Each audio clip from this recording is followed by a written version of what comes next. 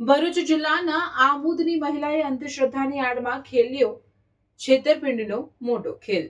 ભરૂચમાં અંધશ્રદ્ધાનો સહારો લઈ નિર્દોષ નાગરિકોને આર્થિક રીતે પાયમાલ કરવાનું વધુ એક કૌભાંડ પ્રકાશમાં આવ્યું છે, જેમાં શહેરના શક્તિનાથ વિસ્તારમાં રહેતા અને ડીજીવીસીએલમાં ફરજ બજાવતા કશ્યપભાઈ મોદી નામના યુવકને પોતાની અંધશ્રદ્ધાની જાળમાં ફસાવી લાખો રૂપિયાની છેતરપિંડી આચરવામાં આવી હોવાની ફરિયાદ આમોદ પોલીસ મથકે પહોંચી છે.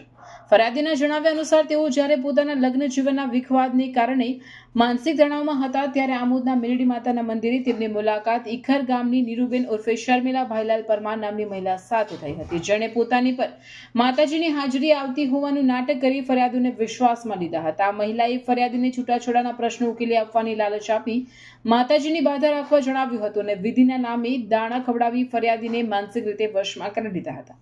આ અંધશ્રદ્ધાનો લાભ ઉઠાવી મહિલાએ ફરિયાદી પાસેથી હપ્તેથી ખરીદાયેલી ઇકો 4-વ્હીલર ગાડી, હોન્ડા એક્ટિવા અને સાઇન જેવા 2 2-વ્હીલર વાહનો પોતાના કબજે કરી લીધા, જેના લોનના હપ્તા ફરિયાદીના પગારમાંથી કપાઈ રહ્યા છે. એટલું જ નહીં, આરોપી મહિલાએ પોતાના ભાઈ અશ્વિનભાઈ અને પતિ દિનેશભાઈના બેંક ખાતાઓમાં ઓનલાઈન ટ્રાન્ઝેક્શન મારફતે મોટી રકમ મેળવી હતી. તેમજ કલા મંદિર અને ભાગ્યલક્ષ્મી જ્વેલર્સમાંથી સોનાની ચેઇન જેવા કિંમતી દાગીનાઓની ખરીદી પણ ફરિયાદીના ખર્ચે કરાવી. જ્યારે ફરિયાદીને આ સમગ્ર વિધિ અને બાધા એક છેતરપિંડી હોવાનો અહેસાસ થયો અને તેમણે પોતાની મિલકત પરત માંગી, ત્યારે આરોપી મહિલાએ પોતાની અસલી મથરાવટી બતાવી ફરિયાદીને જાનથી મારી નાખવાની, ઓફિસ પર આવીને મારવાની તેમજ બળાત્કાર જેવા ખોટા કેસોમાં ફસાવી દેવાની ગંભીર ધમકીઓ આપી હતી.